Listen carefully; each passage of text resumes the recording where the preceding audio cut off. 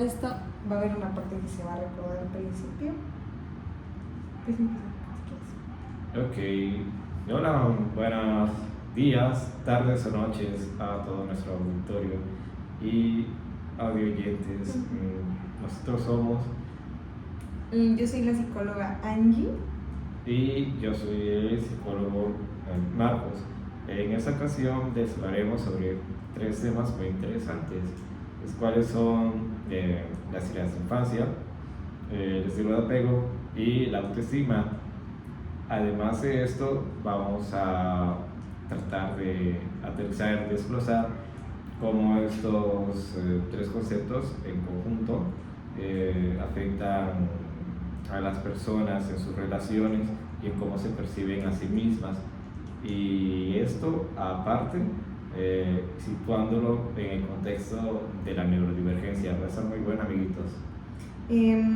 Pues por un lado, creo que todos hemos escuchado también hablar de estos aspectos como la autoestima, sobre también cómo se relaciona, por ejemplo, con algunos tipos de apego que existen y cómo se derivan también estos tipos de apego y esta autoestima que, si bien son moldeables, hay eventos en nuestra vida que pueden hacer que haya modificaciones del mismo, ¿no?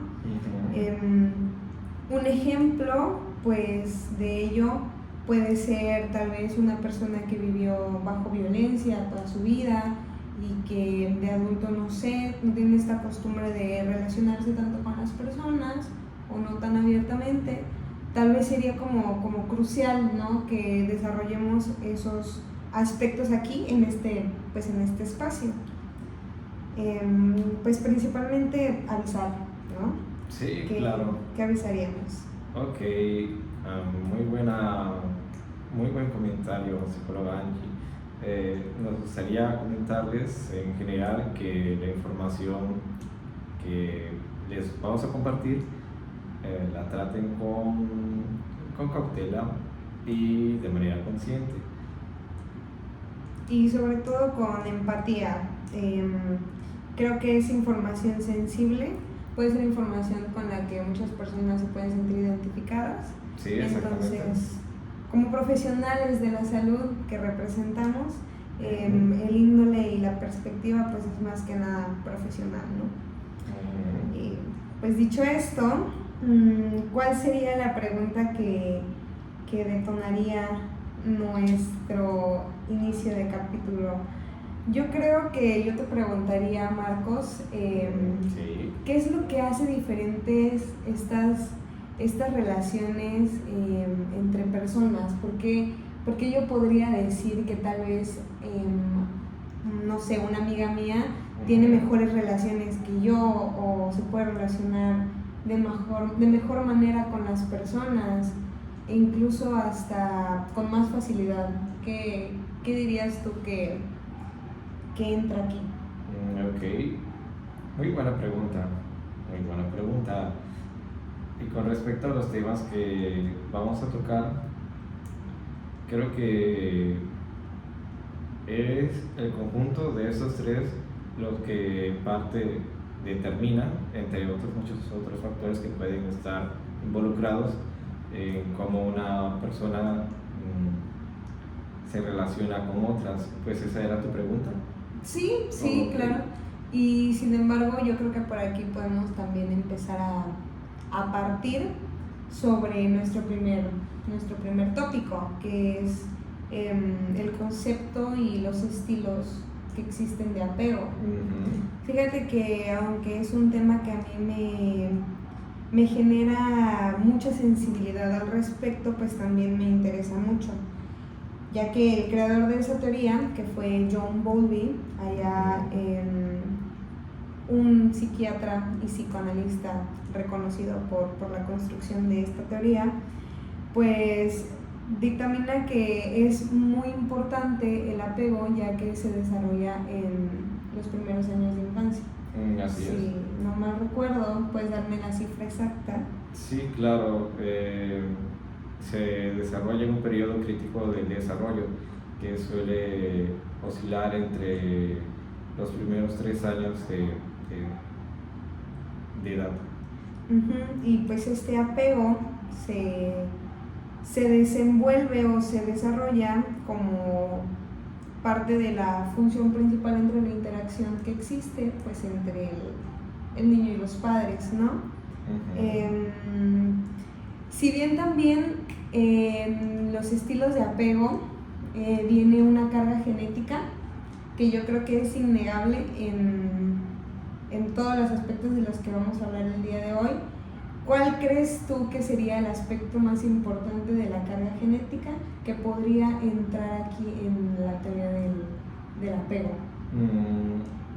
Ok, creo que la pregunta es algo difícil, pero bueno, ahí te va.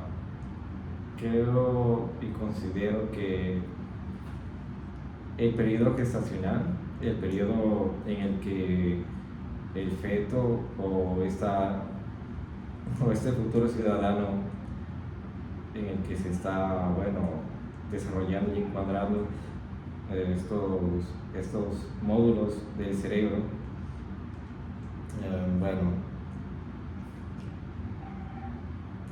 ¿Quieres?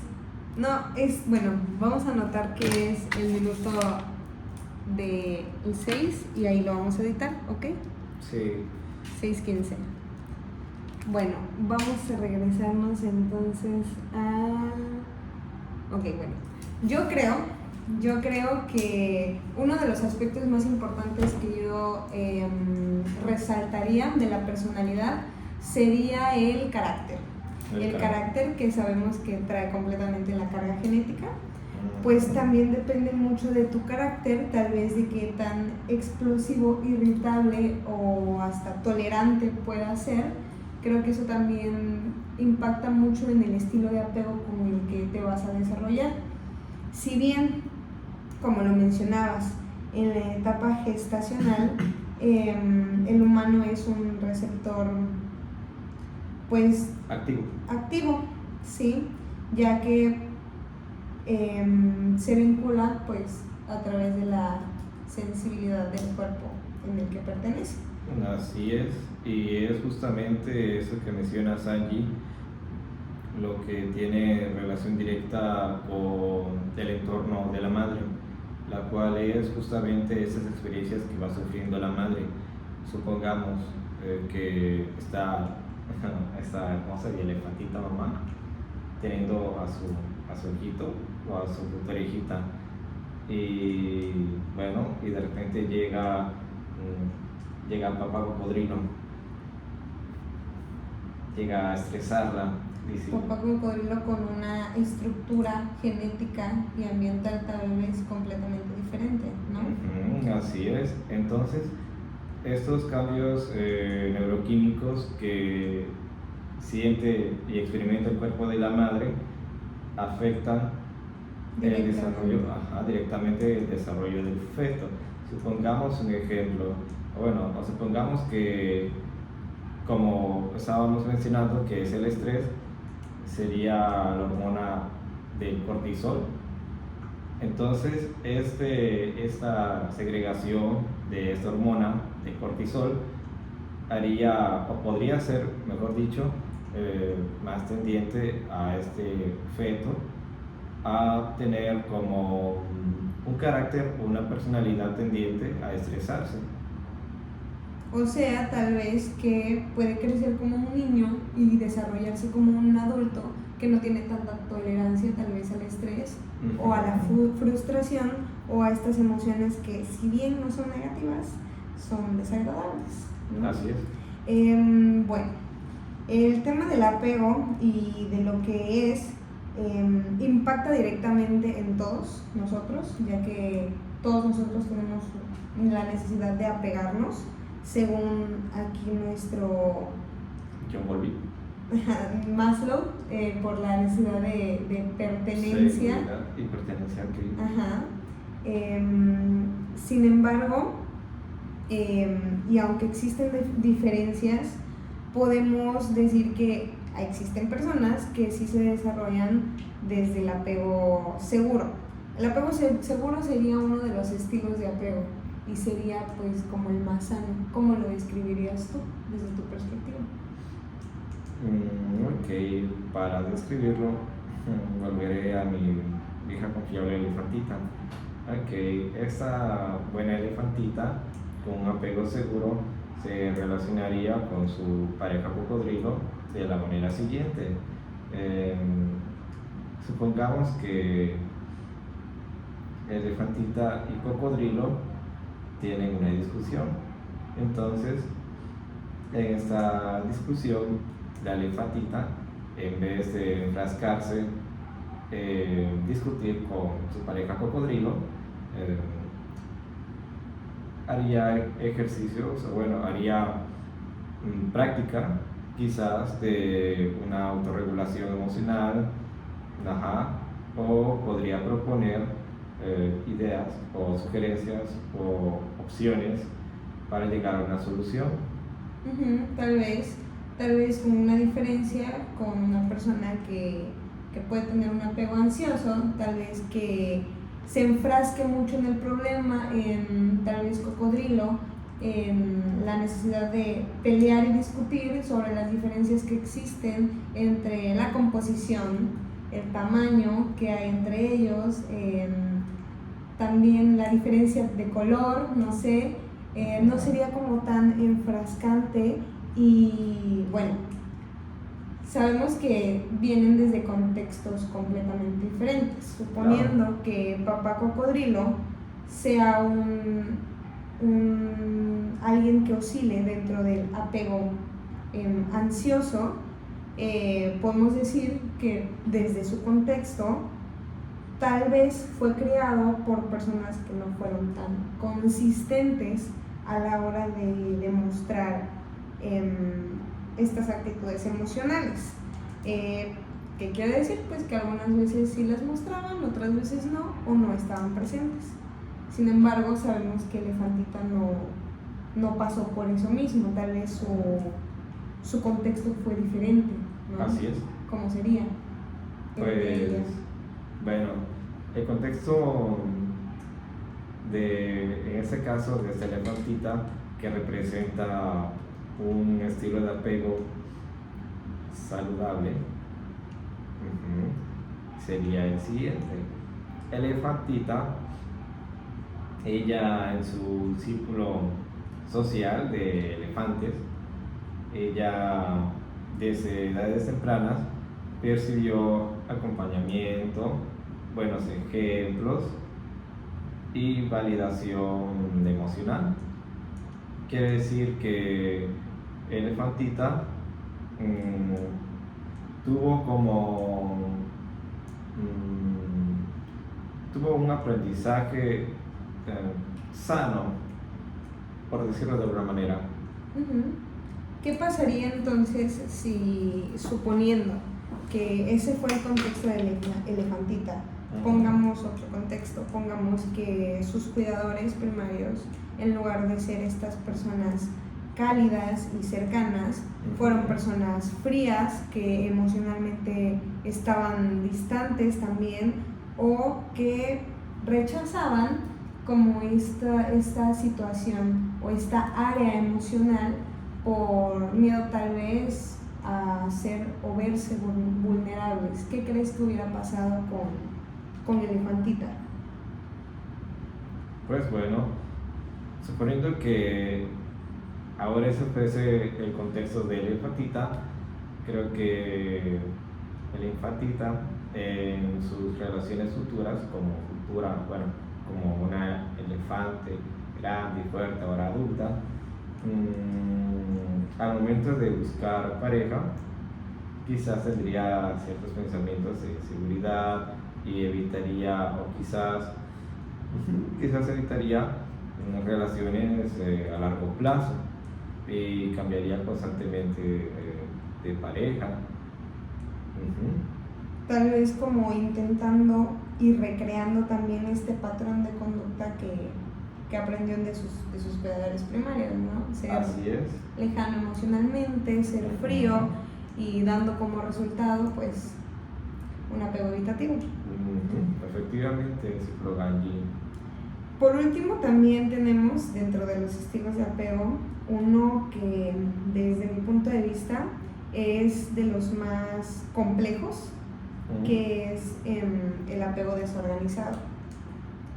Para este ejemplo, vamos a suponer que Elefantita y Cocodrilo fueron desarrollados bajo el mismo contexto, lo cual hizo también que ellos mismos se atrayeran, ¿no? Porque quizás ambos comparten este mismo estilo de apego y hasta cierto punto traumas, ¿no? Podemos decir que tal vez desde un lado, Cocodrilo se desarrolló en un entorno en donde la fuente de temor que le ejercían o los miedos que le fueron inculcados fueron por parte de las mismas personas que tenían que protegerlo y cuidarlo, y que a su vez también lo hicieron, o sea, sí se hicieron responsables, pero se da más en un caso que se puede catalogar como negligente y traumático.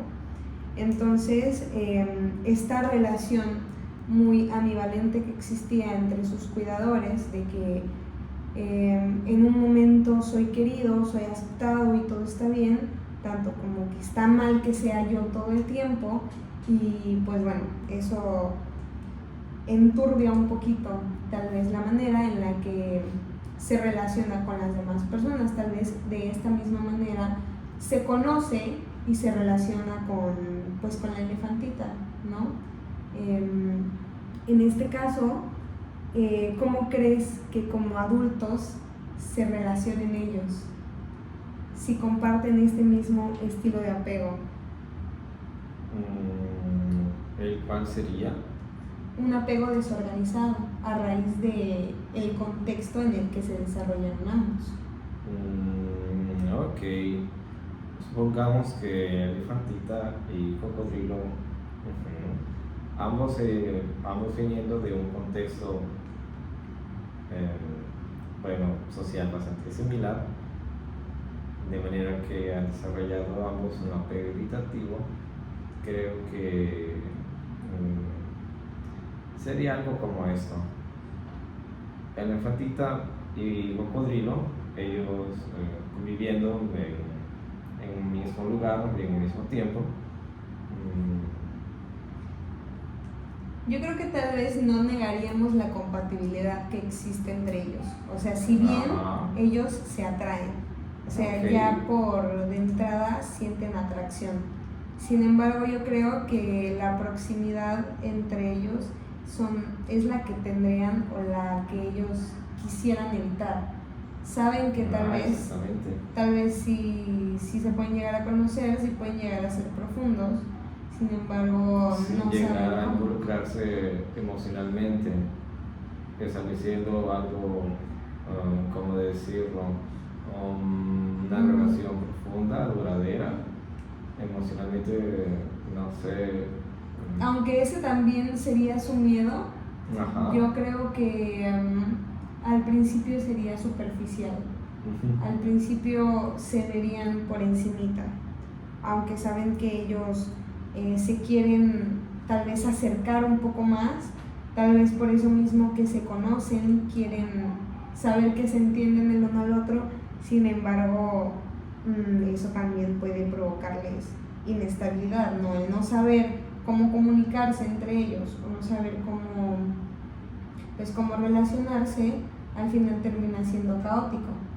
Como resultado nos puede dar una de esas relaciones que actualmente se consideran como relaciones tóxicas, en donde pues no sé, pueden terminar y regresar sin fines de veces hasta que... Y el daño emocional puede ser grave, porque lo que no se habla directamente de este trastorno es que la inestabilidad los caracteriza al 100%, volviéndolos como inseguros en esa parte de la base emocional. Los niños que son expuestos a este tipo de violencia, negligencia y trauma regularmente son niños que no tienen esta capacidad o que les cuesta mucho gestionar el estrés. También pueden ser niños que sus acciones se pueden confundir o pueden ser desorientadas y descontroladas. Y muchas veces nos pueden dar en casos muy pues, fuertes, quizás hasta adultos con patologías más severas, ¿no? He leído, tal vez en este momento no tengo la cita exacta, pero sé que trastornos del tipo explosivo, como lo son, bueno, emocionalmente explosivos, como lo son trastorno límite de la personalidad, se caracteriza por un tipo de, pues, de apego como el desorganizado. Sí, tiene bastante sentido. Bueno, por otro lado, ¿cómo se relacionarían también el apego con las neurodivergencias? Si bien el apego que se genera desde muy temprana edad, había dentro de la psicología clínica, yo creo que hay un área que no ha tenido como la suficiente relevancia en cuanto a las neurodivergencias, y es justo este estilo de apego que puede oscilar entre las personas que estamos dentro de los espectros, ¿no? La primera sería que no contamos con esta carga social como una necesidad a veces, ¿no? Entonces yo creo que eso se puede ahí interpretar o malinterpretar. ¿Cómo lo malinterpretaríamos? Pues tal vez pensando que no hay interés ahí entre las otras personas, que no hay cariño suficiente como para ser más cercanos. No sé si desde tu punto de vista te has topado con algunas barreras de este tipo, pero desde mi punto de vista yo me he topado como con muchas diferencias entre mi manera de ser y las de las otras personas. ¿Por qué? Porque a veces no es que una persona sea desinteresada, simplemente que aprendes a tomar o a tener tu espacio y ya eres así, y no siempre es como con esta necesidad de evitar o de necesitar a alguien, ¿no? Así es. Y por ejemplo, en el caso de las personas que estamos en el espectro autista, lo que comenta la psicóloga Angie, el guardar un espacio que no necesariamente es como una especie de egoísmo social. Esto es sencillamente como poner un foco de la necesidad de tener un espacio personal, tener un espacio propiamente, como he dicho, para uno mismo. Yo creo que el conocer también los perfiles de las personas, como por ejemplo este caso, el tuyo, acompañado de un diagnóstico y de pues la forma en la que te relacionas con las otras personas, puede ser y resultar más sencillo para las áreas, por ejemplo, de la psicología clínica, en la que te llega tal vez un paciente con dificultad para relacionarse socialmente, o también en escuelas en donde hay alumnos que existe retraimiento o hasta esta malsocialización, ¿no? Okay. Yo creo que el conocer los perfiles y los aspectos de esta índole también nos pueden facilitar como más un pronóstico y un tratamiento para lo mismo, ¿no? Desde sí, la claro, psicoterapia. así es. Y es que, como bien dices, si las valoraciones que se hicieran en las personas neurodivergentes incluyeran esos aspectos, el apego, bueno, el estilo de apego, las ideas de infancia, la autoestima, se podría obtener un mejor, ¿cómo habías mencionado? Un pronóstico, a lo mejor una mejor visibilidad de lo que está pasando. ¿Sabes? Si bien no podemos conocer todo acerca de alguien, en su mayoría lo que podamos conocer de su contexto nos facilitaría para una aplicación, tanto de un tratamiento psicopedagógico como un tratamiento, ¿cómo se mencionaría? ¿Psicoterapéutico? ¿O una intervención? Sí, creo que ambos están bien, porque el psicopedagógico es justamente para esas adecuaciones escolares en caso de que sea en pacientes de edades escolares. Y en el caso de los adultos, bueno, ya no se incluiría este aspecto, sino se enfocaría en lo que había comentado la psicóloga Angie, que es un enfoque más psicoterapéutico. Quizás en mi caso, en las personas que estamos en el espectro autista, enfocado en rehabilitar, por así decirlo, el aspecto social, o en el caso de las personas como en la psicóloga Angie, con un trastorno del déficit de atención. Ajá. Pues también oscila un poquito el sobrepasar ciertos límites de las personas, ¿sabes? A veces no nos damos cuenta cuando ya irrumpimos un poquito, y es como por esta tal vez inestabilidad o flexibilidad que puede existir, que no somos tal vez de una manera específica, o no tenemos, o sí tenemos un estilo de apego al que nos apegamos, pero puede ser muy variable. Yo Claro. creo que, por ejemplo, mencionabas también acerca de las heridas de infancia. ¿Qué me puedes comentar acerca de cómo se relacionan estas con el apego? Para empezar, pues, ¿qué son las heridas de la infancia, no? ¿Cuál es tu punto de vista? Ok, bueno, me gustaría retomar el primer punto que comentaste, cómo se relacionan las heridas de infancia con el estilo de apego. Pues bueno,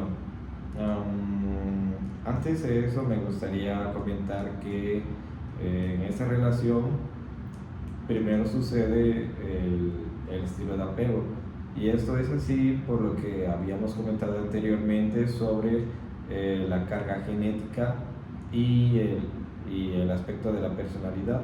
Como habíamos comentado, si el ambiente familiar de la madre fue muy estresante y se prestó, bueno, por decirlo así, a estados de ánimos depresivos o ansiosos, o ambos, claro que eso va a afectar directamente en el desarrollo del bebé y en cómo va la madre a relacionarse con este cuando llega a nacer.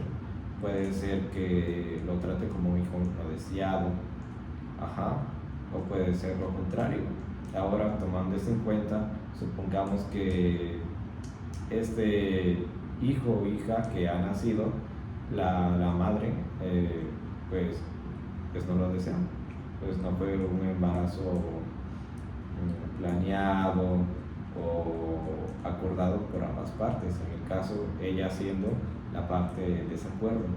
Entonces, pues bueno, esta madre que tiene a su hijo lo trata con desinterés emocional, es ausente, y cuando lo llega a corregir, lo corrige con gritos, con golpes, etc. Ahora, tratándose de una persona con alguna neurodivergencia, esos aspectos,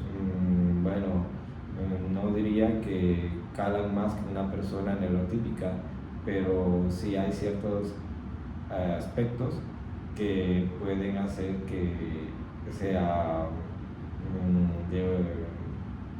de un foco, que sean cosas de mayor interés, como puede ser, por ejemplo, estoy pensando.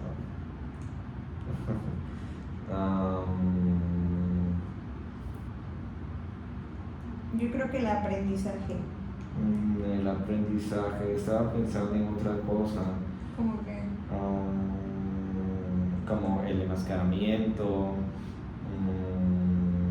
Yo creo que puede oscilar como esas consecuencias, ¿no? ¿Cómo dirías que en el enmascaramiento? No, que por ejemplo, supongamos que ese niño o niña que ha nacido con el desfavor de su madre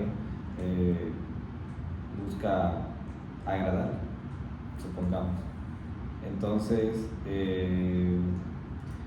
sin embargo, esta madre le recalca que ciertas conductas que tiene, igual debido a su neurodiversidad, las recalca como cosas negativas. Entonces este niño o niña ve y aprende que esos aspectos de su personalidad son negativos, entonces busca enmascararlos, y aunque en su próximo círculo social, como pueden ser amistades, esto por parte de ellos no sea algo negativo o no le dé indicios de esa persona o niño o niña, puede que por aprendizaje lo automatice disfrazar estos síntomas, lo cual puede causar un desgaste emocional, que es justamente lo que estaba buscando y que ya me vino a la mente.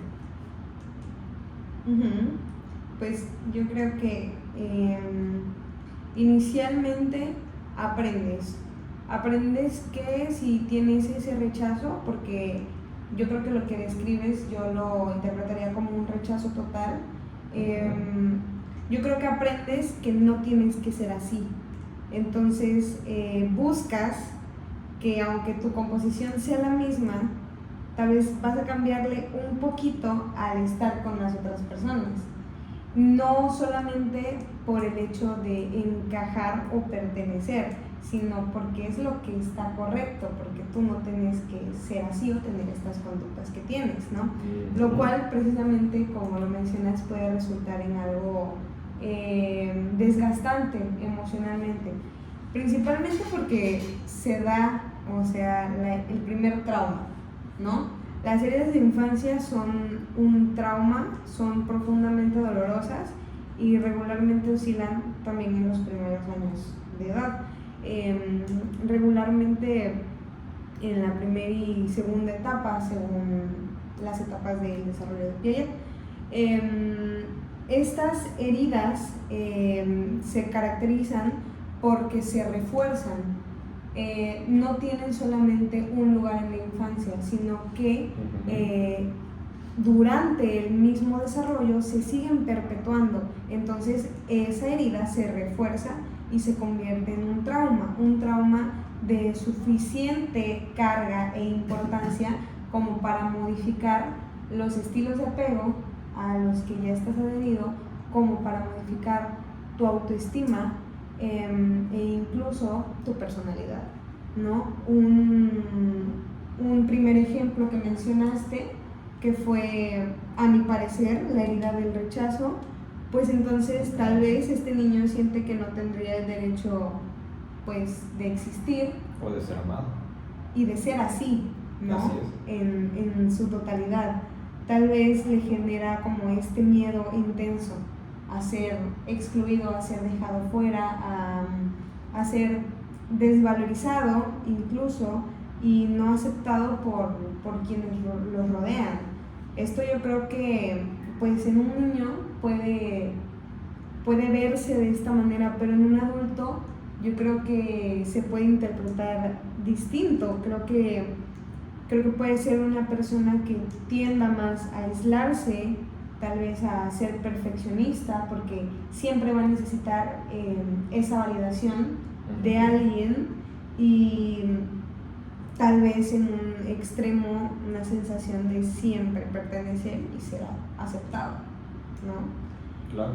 Yo te podría hablar tal vez de la herida de abandono, que también se genera en niños que tienen un duelo tal vez con alguno de los padres, con alguno de los cuidadores primarios que estuvo presente en algún momento de su vida o nunca lo estuvo, Estos niños generalmente pues se sienten solos, se sienten desvalidos, desprotegidos y no queridos. El problema con la herida de abandono, y lo había leído durante mucho tiempo, y en general con los niños y con las heridas, es que no aprendes siempre a culpar a los demás, sino que lo interiorizas, porque una herida de la infancia siempre va a ser caracterizada por ser señalada directamente hacia ti. Así es. Entonces, tú creces con la idea y te desarrollas con la idea de que lo que pasó pues es tu culpa y tu responsabilidad. ¿Qué pasa? Que cuando tienes esta ausencia emocional dentro de la herida del abandono, te enmascaras como dependiente. Tú vas a necesitar siempre este cariño que no tuviste, y tal vez hasta puedas hacer lo necesario para obtenerlo, pero en una manera más cotidiana tu dependencia va a estar a flor de piel, provocando que tal vez dejes entrar a tu vida a personas que tal vez no tienen esa misma sensación contigo, descuidando como un poquito el más estar acompañado con alguien que el cómo te haga sentir, el estar con esa persona. Ok, entonces podría decir que se prioriza el hecho de estar acompañado que el hecho de qué obtengo de esa compañía o cómo me afecta. ¿Cómo me afecta? Porque ¿qué obtienes? De alguna manera, si yo lo que no quiero es estar solo y me acompaño de alguien que, aunque no me haga bien, me hace sentir acompañado, pues cumple mi función, ¿no? Okay. Y hasta lo llegas a interpretar como de esa manera, tal vez como que ese es el cariño, desde mi perspectiva. Ok, estoy de acuerdo. Tenemos también, y ya hablando primero de la herida del rechazo y luego de pausa.